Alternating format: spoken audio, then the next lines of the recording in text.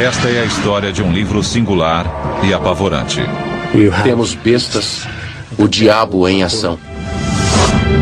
Suas visões inspiraram e amedrontaram durante 2000 anos. Muitos veem nas páginas do Apocalipse uma série fantástica de previsões. O aquecimento global, o desastre nuclear de Chernobyl, a guerra no Oriente Médio. Não há no mundo campo de batalha mais perfeito do que este. E alguns acreditam que o livro é um guia para um dos maiores enigmas de todos, a data do fim do mundo. Será que o Apocalipse contém esse segredo?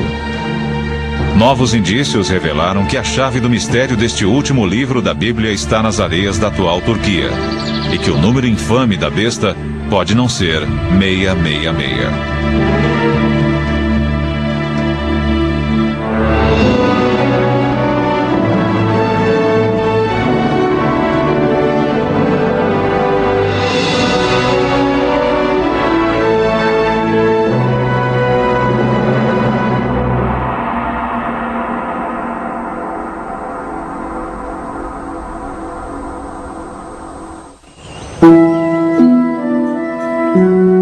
Para entender o Apocalipse, precisamos saber quem o escreveu e onde.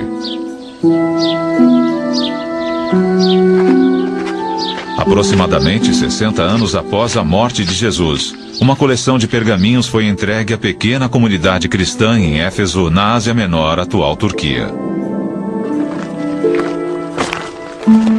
Os pergaminhos continham o que agora é conhecido como o Apocalipse, o livro da Revelação. O nome do autor estava lá: João. Segundo a tradição, foi o discípulo João, pescador e filho de Zebedeu, autor do Evangelho de João, quem cuidou de Maria, mãe de Jesus, após a crucificação de seu filho. Mas, no livro, João nunca se descreve como discípulo de Jesus. Nem escreve como se o tivesse conhecido.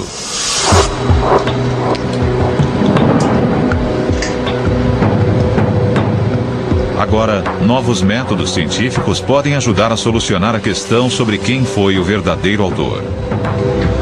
Sir Anthony Kenny é um perito de destaque em estilometria, que analisa as técnicas da escrita. O que mais caracteriza os autores não são aquelas palavras especiais consideradas favoritas, mas a frequência com que usam palavras muito comuns. Duas dessas palavras comuns examinadas por Sir Anthony foram de, um termo similar a mas, e kai, que significa e. O termo e é 2 vezes mais frequente no Apocalipse, assim como em qualquer outro livro do Novo Testamento. Enquanto o Evangelho de João não o aprecia muito, sendo usado menos que a média. Por outro lado, o termo grego de, que é muito frequente em qualquer outro texto grego que já conheci, ocorre apenas 7 vezes em todo o livro da Revelação. Sir Anthony fez 99 testes similares aos do Apocalipse no Evangelho de João. Seus resultados foram conclusivos. Usando uma simples técnica de estatística, consegui reunir esses 99 testes de uma forma em que pude discriminar os textos. E, no final, eu vi que o 4º Evangelho e o Apocalipse eram coisas distintas.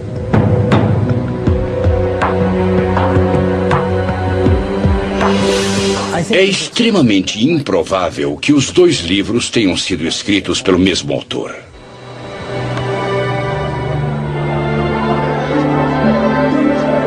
Sendo assim, tudo indica que João, o discípulo, não escreveu o Apocalipse. Greg Carey, perito no assunto, acredita que haja outras pistas no livro que indiquem o seu autor. João se dirige ao seu público de um modo direto. Ele diz: eu, João, seu irmão, como se fosse alguém que os conhecesse e que eles reconheceriam. O Apocalipse começa com uma série de 7 epístolas para igrejas localizadas na Ásia Menor ou no sudoeste da Turquia. Cada epístola é dirigida a uma única igreja, parabenizando-a por suas virtudes ou admoestando-a por suas falhas. Então, conclui-se que João conhecia essas igrejas e havia estado presente nelas. Há uma outra indicação de que João estava escrevendo a uma congregação.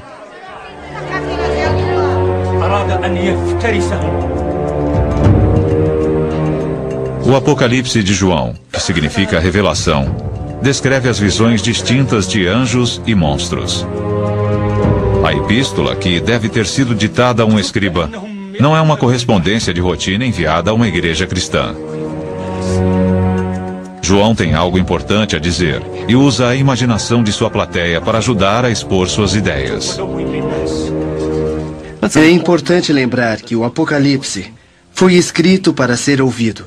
João abençoa os que ouvem as palavras da profecia, assim como aquele que a lê presumivelmente em voz alta para uma plateia.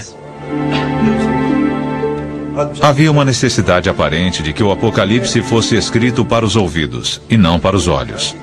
A maioria das antigas comunidades cristãs tinha algumas pessoas alfabetizadas e elas provavelmente eram líderes daquela comunidade, mas a maioria era analfabeta e isso refletia a sociedade em geral.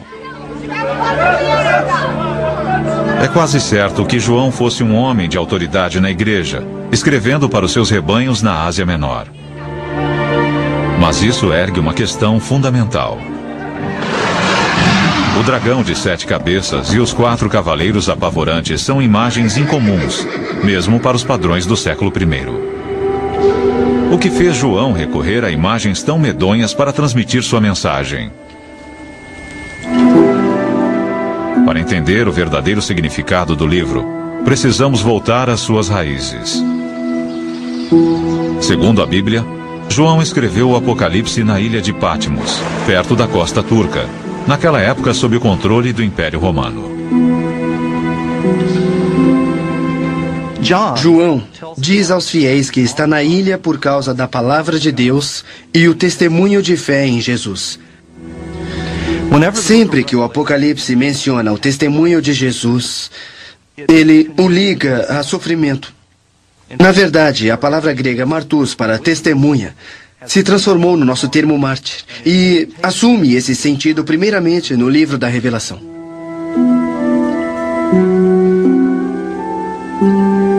Se João estava sofrendo em Patmos, seria ele um prisioneiro dos romanos?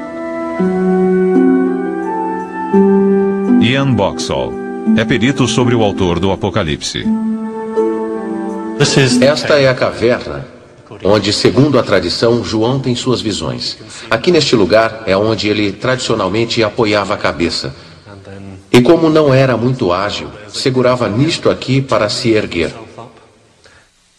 João, segundo todas as tradições, está aqui como exilado. Elas diferem precisamente quanto ao porquê de ele estar aqui, sobre quem o exilou, mas todas elas concordam que ele estava aqui em virtude de sua crença cristã. Embora não haja nenhum indício arqueológico de uma prisão romana, a localização da ilha sugere que servia a um propósito militar.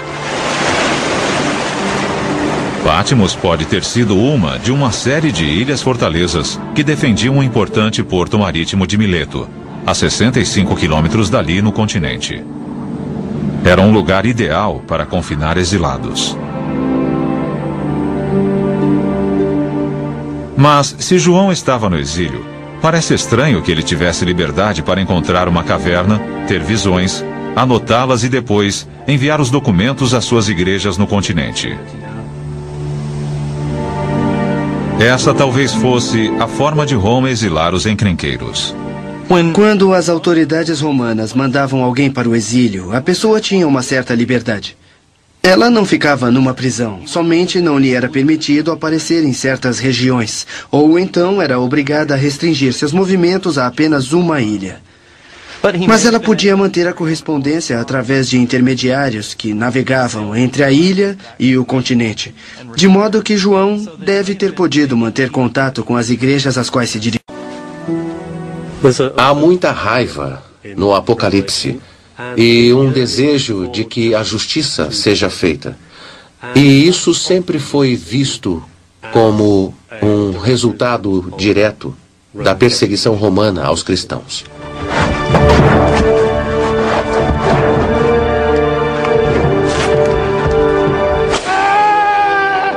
Diante disso, João tinha toda a razão de estar revoltado.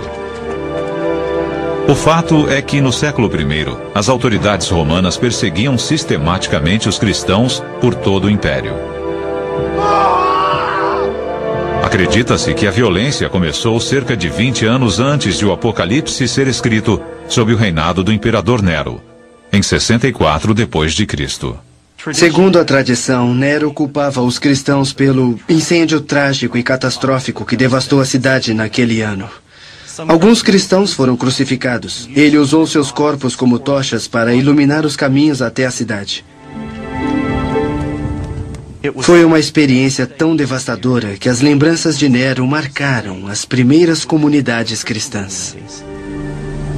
A maioria dos acadêmicos concorda que Nero realmente perseguiu os cristãos. Mas o Apocalipse provavelmente não foi escrito sob Nero. Foi datado por volta de 90 d.C., no reinado do imperador Domiciano.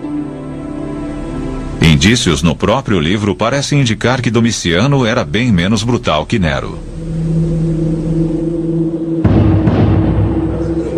Se o Apocalipse tivesse sido motivado pela perseguição à comunidade de João, era de se esperar que ele citasse uma série de mártires pelo nome. Na verdade, o livro da Revelação menciona apenas um. O livro é obcecado por aqueles que morreram em virtude de seu testemunho a Jesus, e seu número chega a milhares. Mas ele apenas menciona um, chamado Antipas, que morreu por causa do seu testemunho de fé.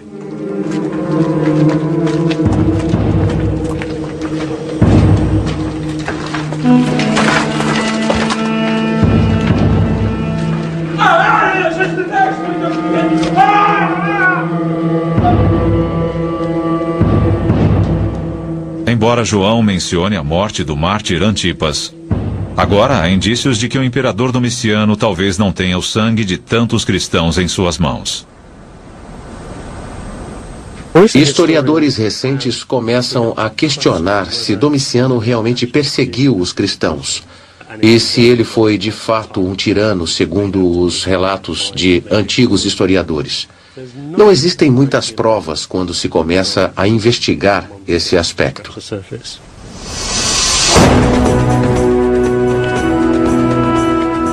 Se os cristãos não estavam sendo perseguidos, é difícil imaginar como o Apocalipse exerceu qualquer impacto sobre seu público.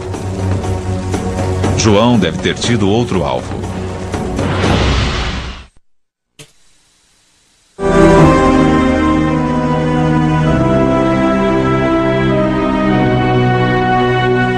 Estas ruínas do século II contêm uma pista vital sobre os motivos que fizeram João escrever o Apocalipse e quanto ao livro realmente conter a chave para o fim do mundo.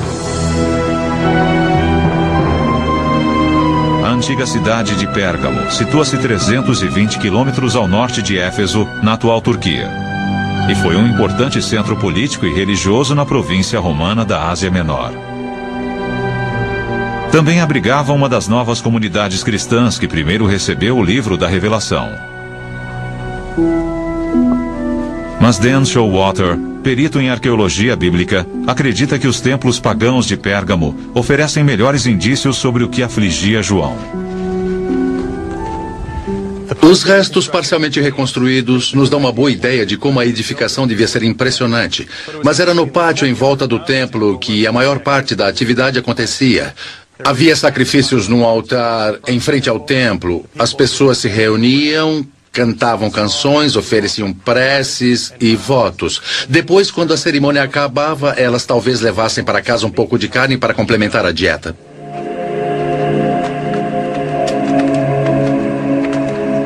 João estava familiarizado com a veneração pagã, mas essa prática religiosa crescia em popularidade e estava em conflito direto com o cristianismo.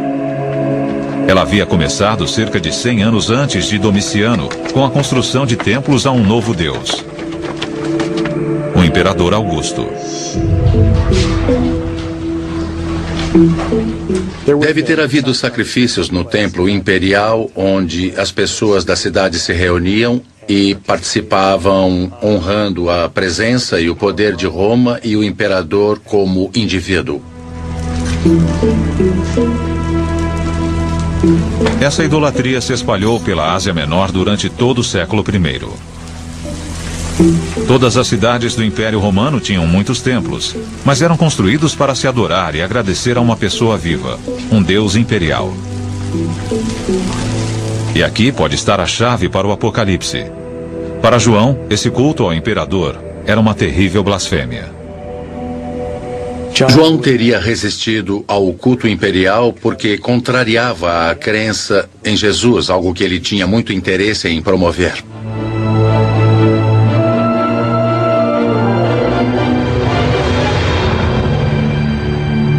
Mas o indício mais evidente de que o império, especialmente o culto imperial, era o alvo de João, vem de uma de suas visões mais apavorantes. Uma besta terrível que declara guerra ao povo de Deus. A besta, ele escreve, exige veneração. E isso fornece a primeira pista quanto ao que isso realmente representa. A adoração aos deuses imperiais havia se tornado extremamente popular, a ponto de as pessoas que não participassem serem consideradas como pessoas desleais.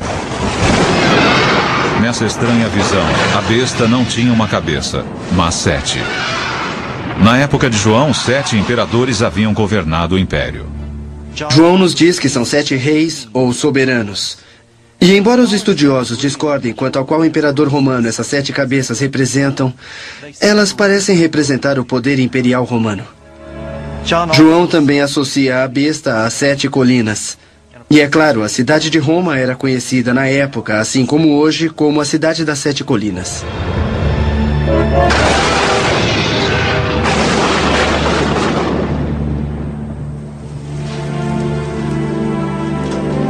Para muitos acadêmicos, essas referências ambíguas, mas repetidas à besta, mostram que o alvo de João não é a perseguição romana, mas o paganismo do culto imperial. Porém, a história toda não acaba aí. O público de João, como cristãos fiéis, teria compartilhado de suas visões e, portanto, não haveria necessidade de escrever a tal carta. Porém, uma olhada mais detalhada no texto do Apocalipse revela por que João achou que seria tão importante difundir sua mensagem. Parece que ele ficou alarmado com o comportamento de alguns membros de seu rebanho. Uma dessas igrejas se encontrava em outra parte do Império Romano. Ao sul de Pérgamo ficava a antiga cidade de Éfeso.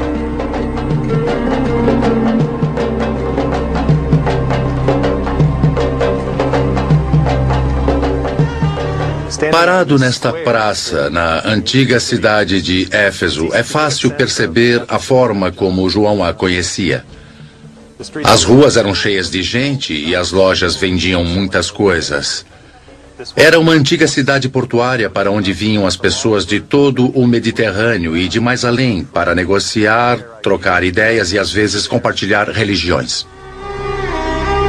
Neste caldeirão cultural mediterrâneo, a igreja cristã era só uma pequena minoria. Um teatro como este acomodava 25 mil pessoas e a comunidade cristã, as igrejas daqui, provavelmente representavam uma porcentagem bem pequena disso. Os cristãos deviam encher apenas algumas fileiras.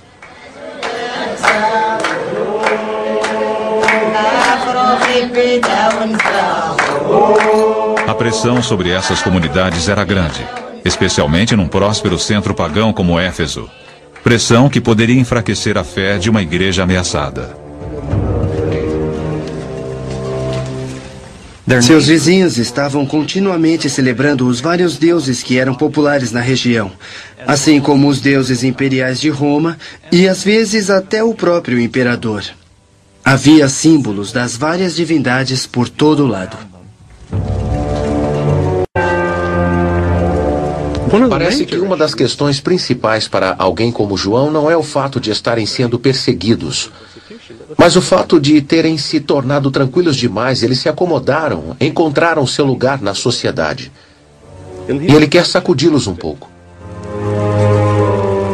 Se João escrevia para aqueles cristãos que haviam começado a venerar os imperadores de Roma, isso ajudaria a explicar por que o último livro da Bíblia foi escrito. As visões pouco tinham a ver com profecias sobre o futuro, sendo isso, sim, uma crítica aos que haviam aderido ao culto imperial. Mas uma coisa ficou sem resposta. As imagens apocalípticas vívidas que povoaram a imaginação de milhões de cristãos durante séculos.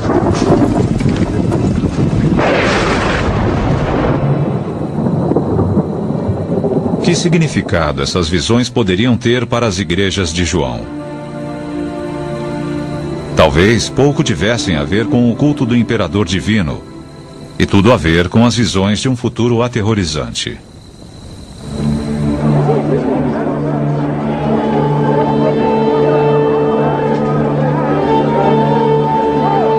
Para aqueles que viveram há mais de 2000 anos, suas visões dos 4 cavaleiros do Armagedon e da besta podem ter tido significados completamente diferentes em relação a hoje em dia. Alguns as veem agora como sinais do fim do mundo, mas isso não é necessariamente o que João quis dizer. A palavra apocalíptico tinha uma ênfase diferente na época. Muitas pessoas, ao ouvirem o termo apocalíptico, pensam sobre o fim do mundo. Mas isso é apenas parte dessa grande tradição. Na verdade, houve outros apocalipses ou revelações escritas nos 200 anos anteriores. A característica fundamental da literatura apocalíptica é que ela alega revelar diretamente o desejo de Deus. É uma mensagem à qual nenhum mortal comum teria acesso. Não passam de histórias.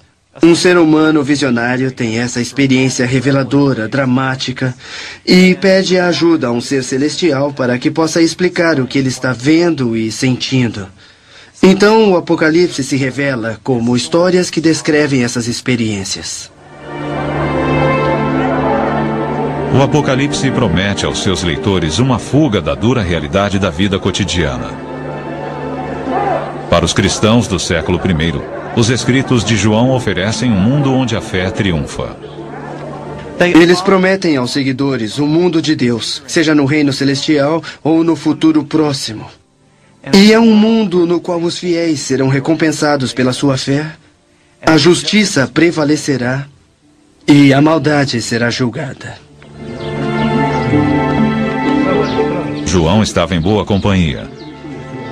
Alguns estudiosos acreditam que o próprio Jesus foi profundamente influenciado pela literatura apocalíptica. Uma das orações mais famosas do mundo parece compartilhar os mesmos temas do livro da Revelação. Quando os discípulos de Jesus lhe pedem para ensiná-los a rezar, então Jesus ensina a eles o Pai Nosso.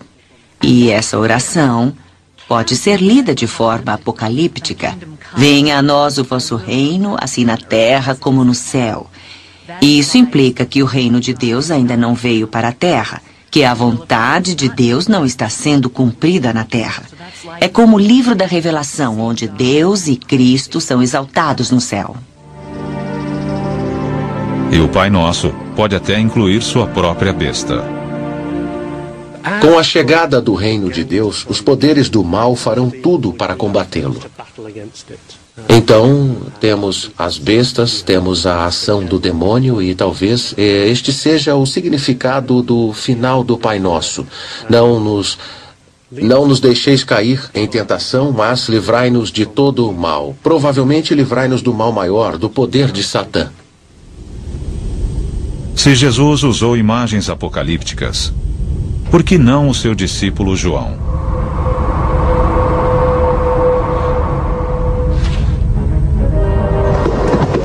Talvez essa tradição de escrita apocalíptica tenha ajudado a decifrar algumas das visões de João, como os infames 4 cavaleiros do Apocalipse. Esses seres apavorantes aparecem pela primeira vez num texto do Velho Testamento, o livro do profeta Zacarias.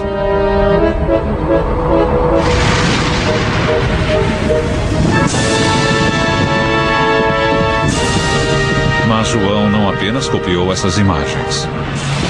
Seu talento foi atualizá-las para o século I.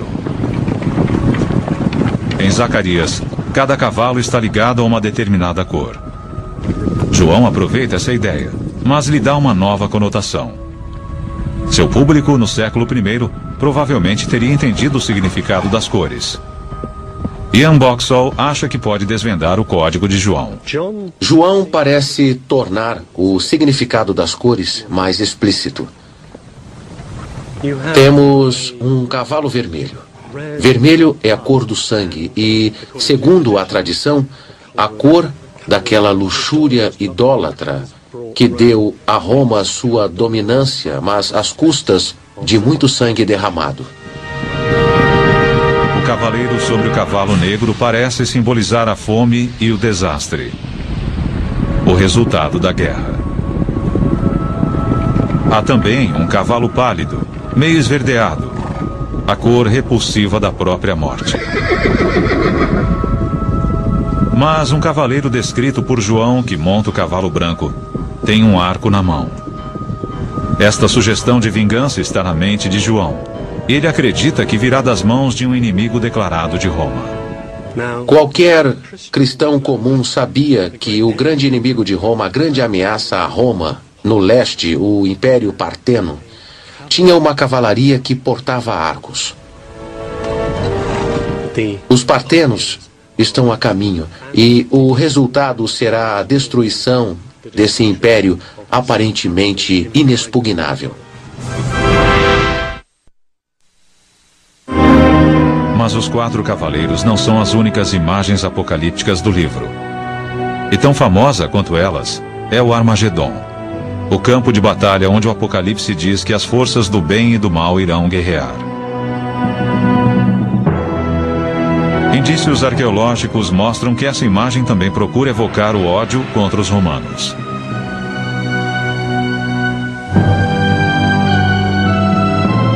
Esta é Megido, no Vale Jezreel, atual Israel. Os arqueólogos acreditam que seu nome contém uma pista sobre o local do Armagedon. Em hebraico, Megido era na verdade Har Megido, a montanha de Megido. Daí temos Har Megido, Har Magedon e Armagedon. E realmente em algumas das antigas versões do Novo Testamento, escritas em grego, Armagedon tem o som aspirado no início, que significa que era pronunciada com H. Originalmente era Har Magedon, e é muito fácil passar de Har Megido para Har Magedon. Este local tranquilo parece improvável para João escolher como o lugar da batalha do fim do mundo. Mas, na verdade, é inteiramente adequado. O Vale de Jezreel era o local mais sangrento da Palestina que João conhecia. Na época em que ele escreve, no século I depois de Cristo, já havia ocorrido 12 ou 13 batalhas em Megido ou no próprio Vale Jezreel. Napoleão supostamente teria dito: não há no mundo lugar mais perfeito para uma batalha que este. E ao observarmos esse vale, é fácil acreditar nisso. Os arqueólogos acreditam que também haja uma razão muito prática para João ter escolhido Megido como local da batalha. Naquela época, o lugar servia de base para um dos exércitos mais brutais do leste do Mediterrâneo, a 6ª Legião Romana. Sabemos que os romanos tinham um acampamento aqui, o acampamento da 6ª Legião. Estavam ali para exercer uma tarefa que caracterizou Megido através da história: proteger a área, controlar a passagem e as rotas de comércio. A 6ª Legião era conhecida por sua força e crueldade na batalha. Eles eram implacáveis. Seus soldados tinham uma reputação particularmente ruim entre as legiões romanas.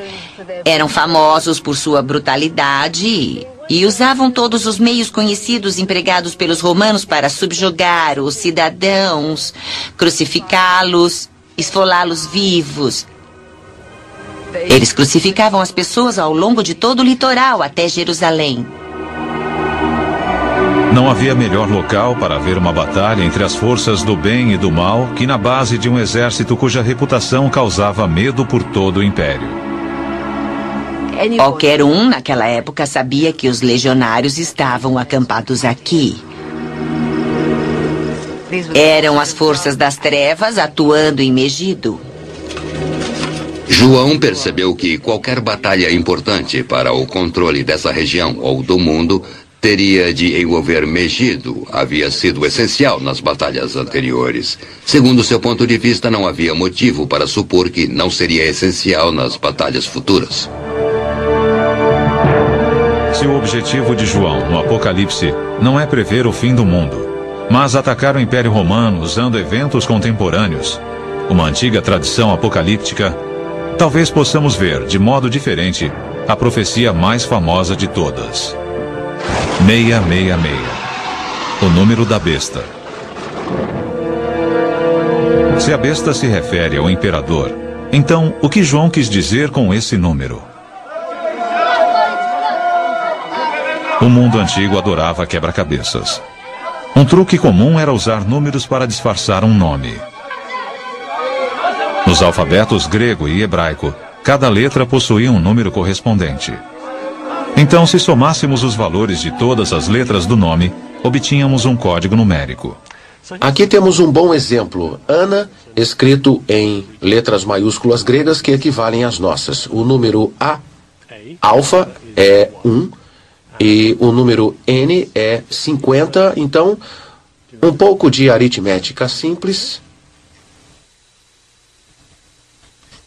E temos 102, que é o número do nome Ana. Existem grafites antigos que sugerem que essa brincadeira tinha um propósito basicamente frívolo. Há um exemplo bem interessante achado numa parede de Pompeia, que dizia: amo a garota cujo número é 545. Ela sabia que seu número era 545. Outros talvez precisassem fazer alguns cálculos para descobrir quem era ela. Mas para João essa brincadeira é séria. Ele nos dá o quebra-cabeça ao contrário. Ele dá o número e convida seus seguidores a descobrir o nome. Ele escreve no Apocalipse: aquele que tem discernimento vai calcular o número da besta, pois é um número humano. Seu número é 666. Para os historiadores, a resposta parece óbvia. A melhor explicação é que João está pensando no imperador Nero. Se escrevermos o nome Nero César usando o alfabeto hebraico, temos o seguinte: 50, 200, 6, 50, 100, 60 e 200, que após uma rápida aritmética nos dá o número de Nero César. 666 parece ser um antigo código que liga o imperador Nero ao número da besta. Mas uma coleção de documentos recentemente decifrados lançou dúvida quanto ao número 666 ser realmente o número da besta.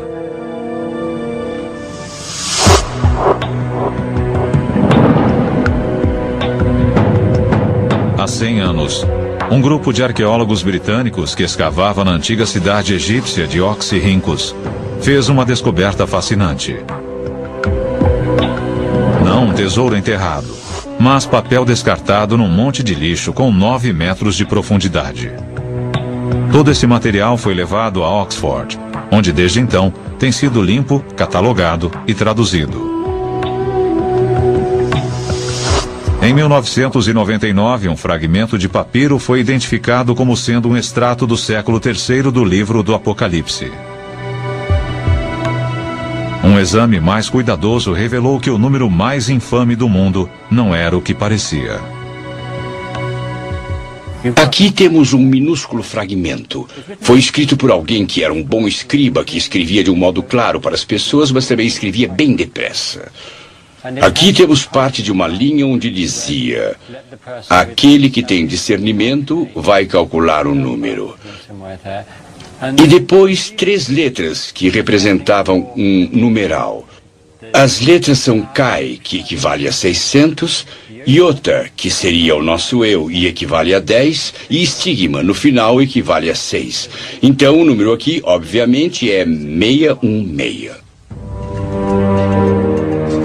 Se o número da besta é 616, então não corresponde a Nero. Isso indica que o verdadeiro alvo de João era outra pessoa. Se aplicarmos as mesmas regras da brincadeira com os números, surge uma outra figura odiada. Outro imperador romano. Calígula foi imperador de 37 a 41.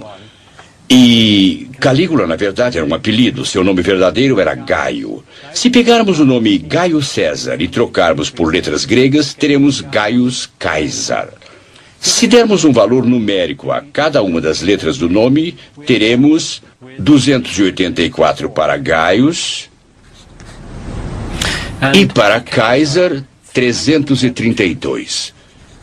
Isso nos dá 616.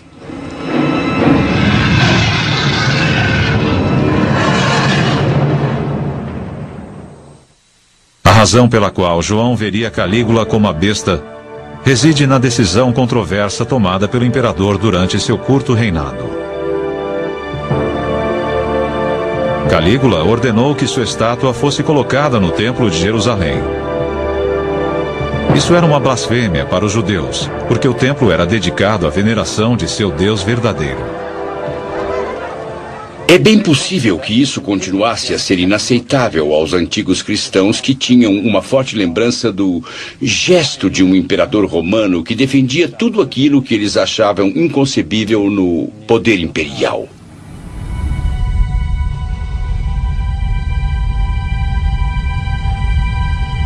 Se o Apocalipse não é uma profecia sobre o fim do mundo, mas um ataque contra Roma, onde ficam as visões de João? Poucos estudiosos negam que ele tivesse visões. Na verdade, as experiências visionárias são tão comuns em outros credos que, no caso de João, elas podem ter servido para inspirar seu rebanho. A visão de João se encaixava dentro da tradição cristã, mas parece ter várias características equivalentes às dos xamãs de outras culturas. Um xamã é alguém que pode entrar em transe controlado, que é capaz de se deslocar a outros mundos, outros reinos, para receber uma mensagem e depois retornar e transmitir essa mensagem ou curar alguém. E João, assim como os xamãs de muitas culturas, tem uma mensagem que ele comunica aos outros. Não é uma coisa só para ele, é uma mensagem para a comunidade. Ele está ali para curar sua comunidade, para apoiá-la, encorajá-la e, às vezes, corrigi-la.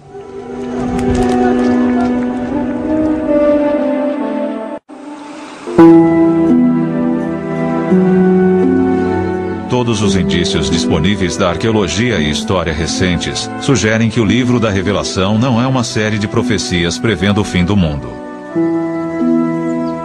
Ao contrário, é uma mensagem urgente para uma plateia do século I, sob o risco de ser seduzida pelo culto imperial romano.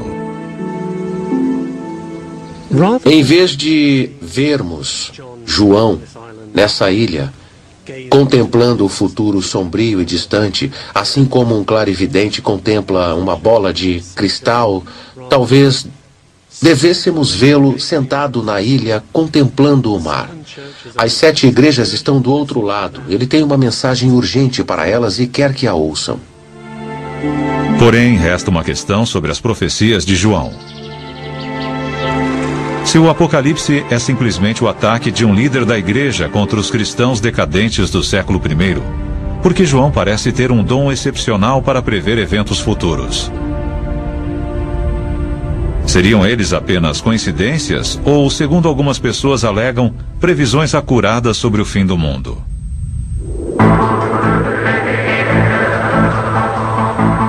Sua lista de previsões é impressionante. O Apocalipse fala sobre dramáticas mudanças climáticas, a evaporação dos mares, o calor insuportável. Nos últimos anos, os cientistas têm nos alertado com uma urgência crescente sobre o aquecimento global, o efeito estufa e a possibilidade de aumento nos níveis de câncer de pele e os efeitos do aquecimento global sobre os sistemas hídricos do mundo. Outra previsão fala sobre o esgotamento do rio Eufrates para dar passagem aos exércitos do Reino do Leste, composto de 200 milhões de soldados. Nos últimos anos, houve uma série de propostas para construir represas no rio Eufrates. Uma delas se chama Ataturk. Na época em que os americanos e outros povos estavam muito preocupados com o comunismo chinês, foram feitos estudos sobre o tamanho do poderio militar chinês e algumas estimativas chegaram a 200 milhões de homens. Isso foi considerado como outro exemplo de uma profecia extraordinariamente precisa que se cumpria. Talvez a mais apavorante de todas seja a que fala de uma grande estrela chamada Absinto, que cai do céu sobre os rios, deixando-os amargos e matando muitas pessoas. Em Chernobyl, na Ucrânia, em 1986, houve um desastre nuclear considerado o pior da história mundial. A usina derreteu, uma onda de radioatividade se espalhou sobre a área e os moradores locais morreram ou foram gravemente afetados. Na Ucrânia, a palavra Chernobyl significa absinto. Para muitas pessoas, isso evidencia o dom de João de fazer profecias precisas. Se você acredita que as profecias sejam de fato enviadas por Deus e que elas descrevem eventos futuros, se pudermos interpretá-las corretamente, então todos os eventos que acontecem no mundo assumem um significado espiritual particular. Mas para alguns estudiosos, os indícios da história contradizem a ideia de que João tivesse um dom para a profecia. Durante mais de 2000 anos, o Apocalipse tem sido usado para estabelecer uma época para o que alguns veem como a profecia máxima de João, a data do fim do mundo. Isso ainda não ficou claro. Através dos séculos, houve exemplos quase intermináveis de pessoas que achavam que podiam identificar a data precisa em que o fim chegaria.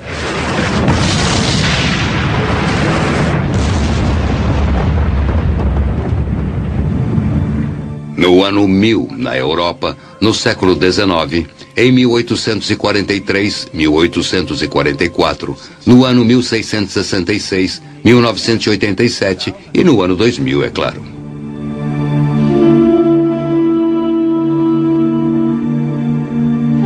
Muitos estudiosos acreditam que as profecias de João não visavam o leitor do século XXI, mas a igreja do século I. Ele diz àquela audiência que o que ele está narrando são coisas que vão acontecer em breve. Essa alegação ocorre logo no começo do livro, no primeiro verso, e também no último capítulo. Ele acreditava estar vivendo nos momentos decisivos da história. João ficaria surpreso se soubesse que estamos discutindo seu livro agora.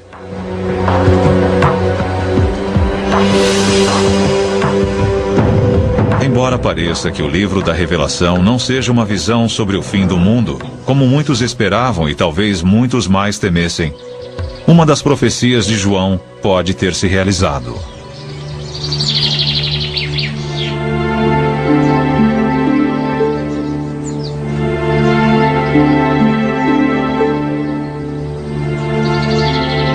Nas ruínas de Éfeso foram descobertas estátuas destruídas, estátuas do imperador Augusto e sua esposa Lívia. Elas foram vandalizadas. O deus imperial pagão foi marcado com o sinal da cruz. Uma das previsões de João havia definitivamente se realizado. Um acontecimento que mudou o mundo para sempre. No início do século IV, o imperador Constantino decide que essa política de tentar erradicar a igreja não ia funcionar e declara então o cristianismo religião oficial do império. A partir daí, a igreja continua a crescer e a se desenvolver até que, por volta do final do século IV, ela se torna a força dominante dentro do império. A visão de João de que o Império Romano cairia, a besta seria derrotada e a Igreja de Deus triunfaria, realmente se concretizou. A visão fornecida pelo autor do Apocalipse sobre a queda de Roma, a destruição de todas as edificações gloriosas das quais ainda restam indícios atualmente, é, de certa forma, a consumação do que João esperava que acontecesse.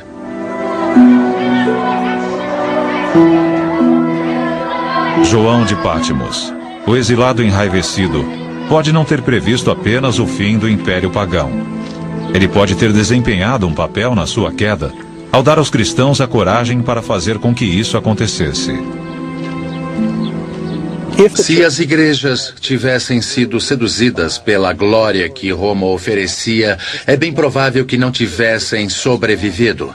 Não há razão para achar que um pequeno grupo minoritário conseguisse perseverar se não tivesse fé para enfrentar e resistir às tentações e às ameaças que o império usou contra ele. Embora muitos continuem a obter esperança e inspiração através de suas palavras, talvez o verdadeiro significado do Apocalipse seja encontrado no passado e não no futuro. Versão brasileira, DPN Santos.